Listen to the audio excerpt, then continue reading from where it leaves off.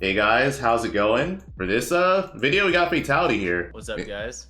Yeah, if you don't know what Fatality is, he is, I would say, considered the best Falcon, or arguably the best Falcon in the world. You have, amazing YouTube content, you have amazing streaming. Yeah, so let's just hop right into it. Why do you main Captain Falcon? Because to my knowledge, you've actually played him since PM, and then you played him in Smash 4, and then you're still playing him in Ultimate. So why Falcon? Well, a lot of it is just, it's funny. I liked the character mainly because of Isaiah. Like, that was the main thing that got me into him. Was I was one of those kids who thought Smash was cool but didn't know a competitive scene existed. But I really liked Falcon, so I just looked him up online, and I saw like old Melee videos of like Ken, Azen, like Isaiah, just all those old school Melee players, and I found Isaiah in particular to be really inspirational. And then like obviously I really liked it, and Falcon just fits what I like to do in the game. And then on top of that, I ended up really liking the character, like just as a character too. Like funnily enough, when I was a kid, the Foxbox had F-Zero GP Legend on. Like I'd watch that as a Saturday morning cartoon, and it was great. I don't know how well it would age. Like I might not enjoy it as much today, but Yeah. nostalgia. Okay, so you just really like Falcon, and it's also cool. You mentioning Isaiah. I feel like in this time of age, not many people even know who that is. So I mean, Old school. yeah, I feel like at this point he's literally only known for the meme "Don't get hit." I guess he was in the documentary too. So there's that. We're the old men of the scene at this point, Larry. I know, pretty much. All right. So, next question. You're in like one of the strongest regions in the US, Georgia. Oh hell yeah. Yeah.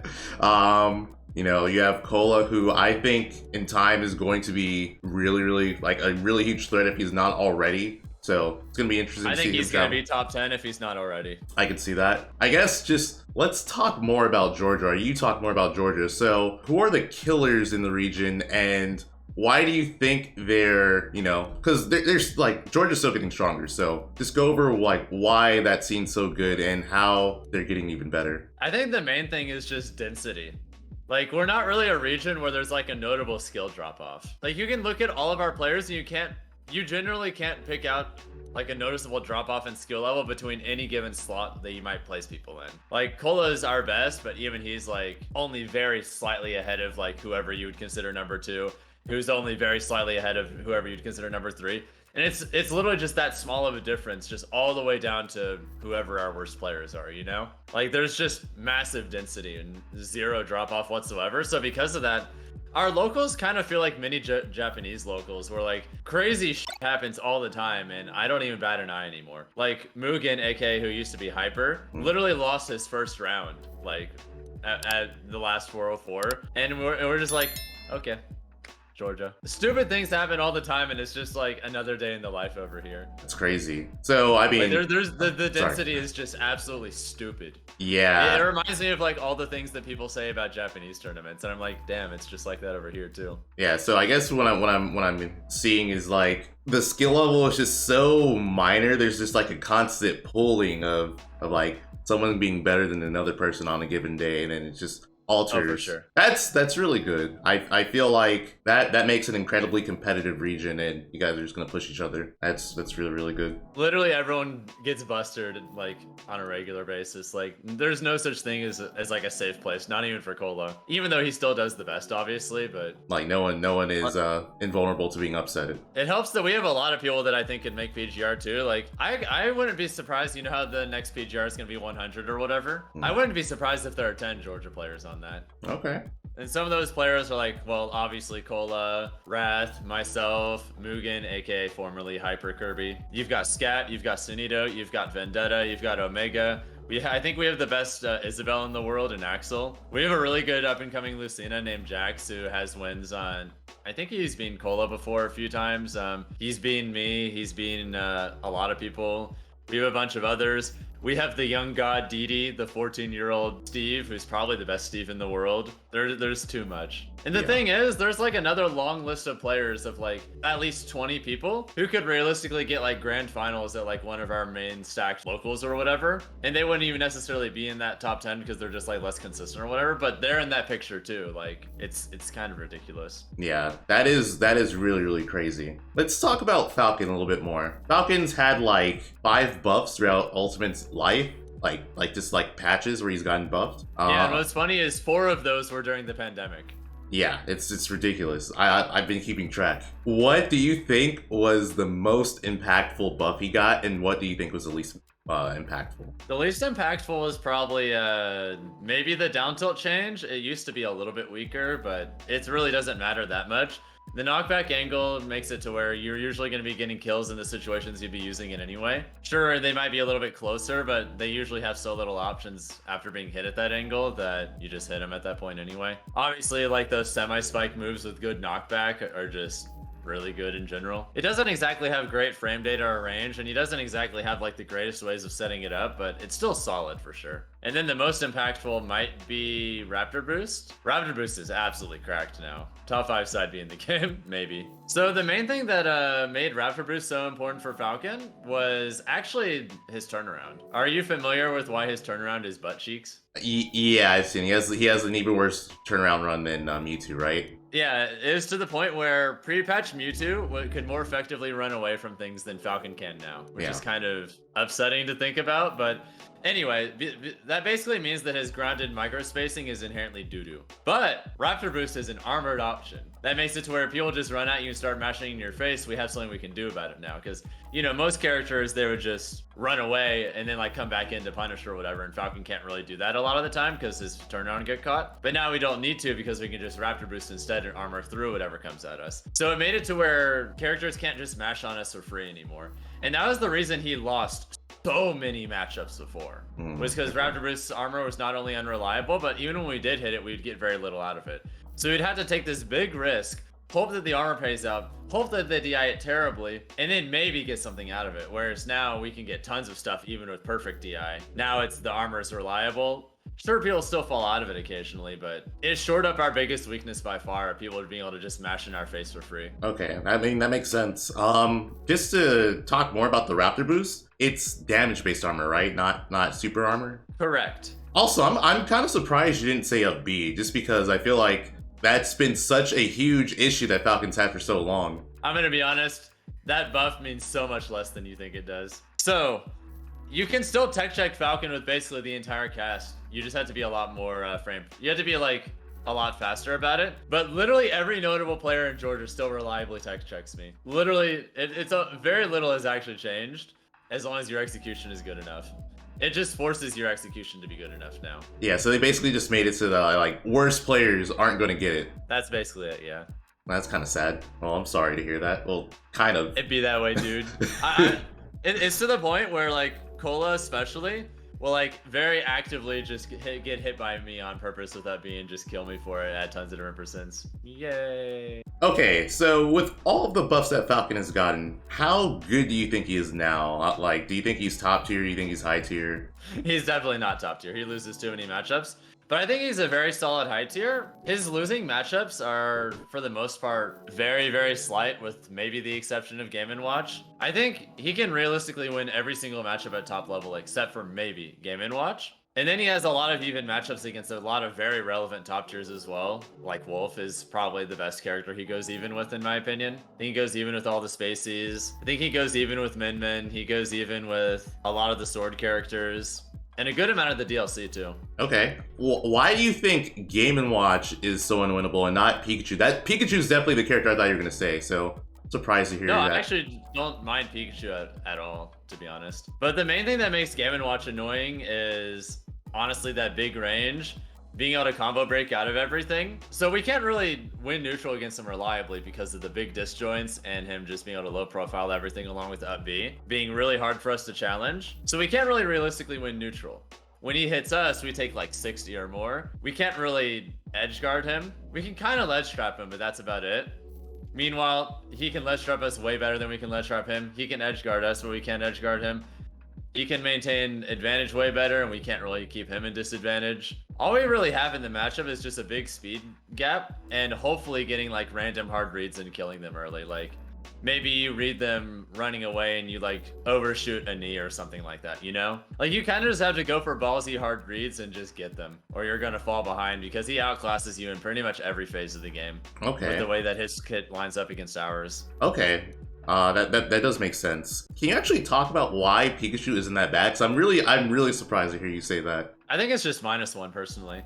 But one of the main things is we outrange Pikachu in a lot of situations. We actually are faster on the ground as well. So we're pretty effectively able to dictate neutral when we want to. Something else that helps a lot is learning to consistently parry Thundershock, because then he can't just come in on you for free. Up Smash in particular beats out so much of Pikachu's options from a distance. In general, if Pikachu wants to spam aerials at us, we can rapid boost them pretty reliably if we read them. And our combos actually work really, really well on Pikachu. Like, it's not unreasonable to like do 40 or more in a combo if we get like a good read on anything Pikachu does. We have enough flexibility in our offstage options to where if Pikachu doesn't make a good decision offstage, we can actually reversal them decently often. We can threaten 2 frames with down air really, really well. And even a lot of Pikachu's traditional edge guarding options, we can actually kill them for fairly reliably if we read them ahead of time. Kind of force Pikachu to be really careful all the time. We have a grounded speed advantage. We can outrange them.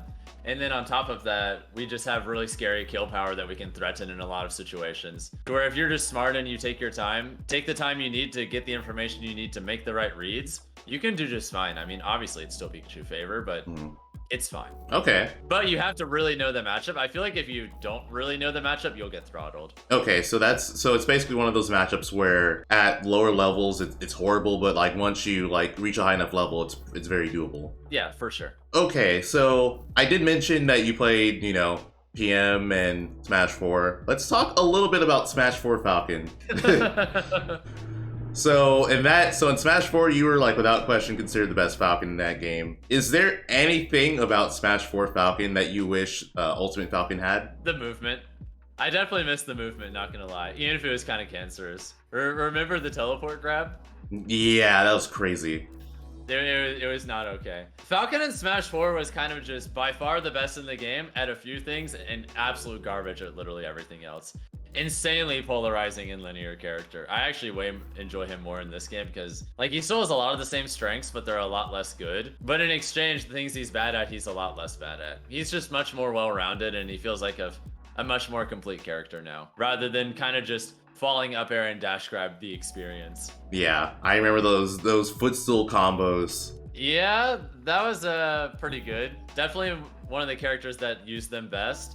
And I remember when footstool combos were first found with Falcon, a lot of people were like, nah, no one's gonna ever do this, right? And then I just sat in training mode and mastered them, and then I started doing it consistently at top level and people like, wait, please stop. This is too much. Winning a lot of really high profile sets with footstool 0 to deaths, it was just literal 0 to death. That's pretty good. Okay, so I guess same question for PM. Anything you wish Ultimate Falcon had that PM Falcon has, and why? Dude, wave dashing. Oh my god, I love wave dashing.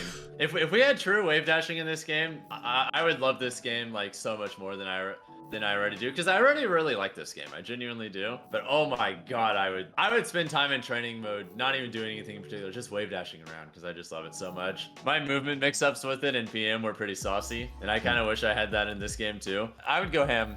It would be great. It's one of the reasons I'm excited for the Nickelodeon fighter is because apparently it has wave dashing in it. Yeah, I've heard that too. Well, it's being created by the people who made Slap City, so it's probably just going to be like very similar to that. I miss moonwalking too. Moonwalking is sick. Okay. So in both cases, it just sounds like you really want movement. You really want Falcon to have better movement. His movement in this game is kind of cheeks compared to previous versions of the character. Like his dash shield is one of the worst in the game. Like I think it comes out like frame 14 or 15 when you do dash shield, which is pretty low or pretty high rather. Obviously he has the turnaround thing, and his initial dash is the same speed as Link's. So like a lot of his movement frame data is actually pretty bad, even if it's attached to a character with the second fastest run speed and a great aerial drift. It's kind of weird. Like Yeah. a lot of his movement feels like it should be amazing, but it just isn't. Which is one of the reasons why a lot of people who played Falcon in the previous game don't really like him in this game. Because Yeah.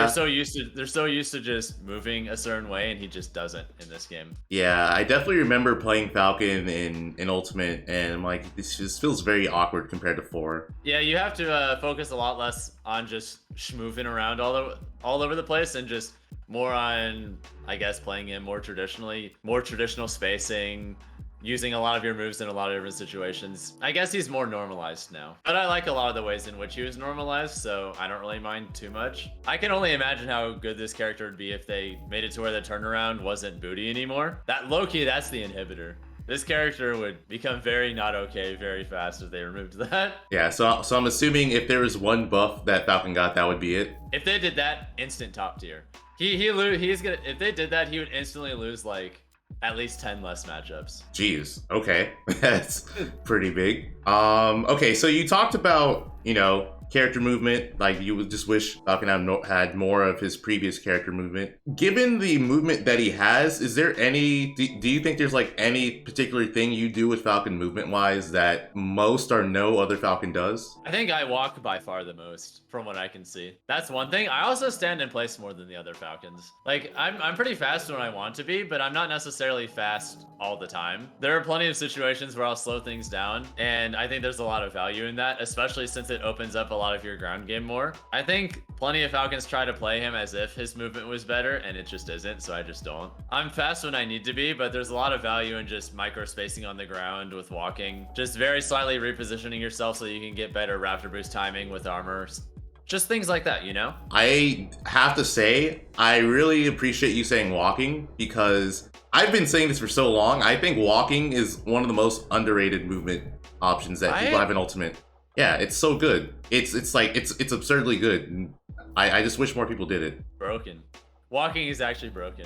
Yeah, it's crazy good. So you have the training mod pack. Like, if I were to think of people who intensively lab characters, you would definitely be one of the people on the list. I think me and Void practice really similarly, for instance. Yeah, I was gonna say, is there what is your approach to labbing? Like, is there anything in particularly you're labbing, like when it comes to combos? Like what's your thought process when you're doing that? Usually I just try to think of whatever the most inconvenient way for an opponent to DI is, and then I start there to see if something works. Because I try to assume the best of my opponents at all times when it comes to labbing things. Then if it turns out that they're DIing poorly, well, my life should become easier on paper, right? So if I can make things work under the worst of circumstances, then that probably means it's actually a good thing. So I usually just start there, and then once I figure out if something can or can't work that way, I see if it works in other ways as well. A good example would be like IDJ combos, for instance. A lot of those are not quite as good as I originally thought they were going to be, but especially if you have platforms, they're still amazing. Like, I still pretty routinely get really, really strong IDJ combos, and especially on heavier characters, you can occasionally get like true 0 to deaths and stuff like that, and it's kind of horrifying. But even then, it's not quite as good as I originally thought it was going to be, just because it's so difficult to do consistently on an opponent who's going to mix up their DI. The amount of perfection it asks from you is honestly unreal, and I kind of doubt that IDJ combos are ever going to be mastered to the extent that I originally thought they were, just because of how much things change with an opponent who's good at mixing up their DI. They're still very good, and it's still very much something worth practicing. Okay. I like that you said that. You will practice the most difficult way to do the combo first, and then you'll just go from there. From your experience of playing the opponent, or after labbing your combos, how often would you say the opponent DIs it like the optimal way, and you still get the combo? I'd say more often than not. I've done a good job of conditioning Georgia to know how to play against Falcon. Big surprise there. So because of that, even like our 0-2ers know like a lot of anti-Falcon stuff. So for the most part, I'm playing against people who are going to be DIing things pretty well for the most part.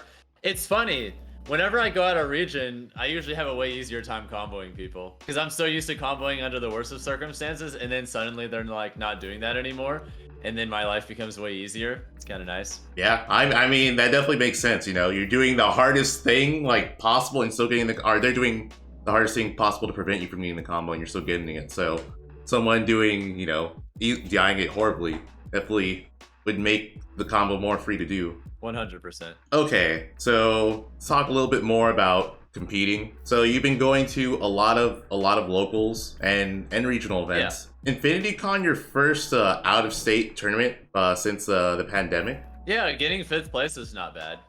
Yeah, I was gonna say, do you want to talk a little bit more about your experience, like go more in depth about it? I actually think that's probably the best performance Falcon has gotten in this game. It's either that or that one French tournament that OJ got second at recently. I personally think InfinityCon was a decent bit more stacked, but I mean, he also got further, so I feel like that's just something you can kind of debate. I don't really care too much about like measuring myself up against other Falcon players or anything at this point, though. At this point, my goal is just to improve. How that looks relative to others doesn't really matter to me anymore. But at least with InfinityCon, I was just happy to be out in my element doing what I do again. A lot of my life just kind of sucked, honestly, during the pandemic because I was so used to just traveling all the time and doing all this stuff and then just none of it. So that was kind of rough, but I'm out doing what I do again and I'm happy. So I was mostly just happy to be able to get back out there, and I played pretty well for the most part. I kind of busted out in top 8, but it'd be that way sometimes. I'll just have to not buster out in my next out-of-state events, such as MechaCon this weekend, which is in New Orleans. I'll be at Ultimate Wanted 3. See you there. I'll see you there. Besides that, I'm registered for pretty much everything. Like, I'm going to Port Priority, I'm going to CEO, I'm going to Riptide, Low Tide, Main Stage, Let's Make Big Moves, Genesis. Pretty much everything, really. This is definitely everything. Is there any particular event you're looking forward to the most? Probably Wanted 3, just because Paris. Yeah. It's gonna be hype. It's gonna be hype. There's a decent chance we'll be running into each other a lot. Maybe we'll go to like the Eiffel Tower or some shit, I don't know. Alright, so I think that's it. I don't really have anything else to ask unless you want to like include anything else. Alright. On a scale of 1 to 10, how much do you like Captain Falcon in this game? Oh, man, you're putting me on the spot. Be completely honest, Larry. The people need to know. Honestly, it's like a 7 to me. Okay. I don't believe you. No. I think your real number is like a fucking 3 or something. No. Okay, here's the thing. People think I just despise people think I despise Falcon. I don't. The thing is I think he's overhyped. That's what annoys me about him. I feel like so many people will go crazy over a generic Falcon combo. That's all it is. But like in actuality, okay. I think he's a cool character. I just don't like how overhyped he is. That's fair. To be honest, I think the overwhelming majority of Falcon stuff isn't. And even if people thought Falcon as a character is lame, I don't really care. I'm sick. That's all that matters. All right. I think on that note, we will end the interview there. All your social media is Fatality Falcon, right? Like YouTube, Twitter, Twitch. Oh yeah, it's nice consistency. So if you want to follow my uninteresting Twitter, you can follow it at Fatality Falcon. I don't really post memes or try to farm the algorithm or anything. It's kind of just stream advertisements and like keeping you guys updated with life stuff. But hey, if that sounds like your cup of tea, by all means follow me there. My Twitch and YouTube are at Fatality Falcon, and they're a lot more interesting, I think. Yeah.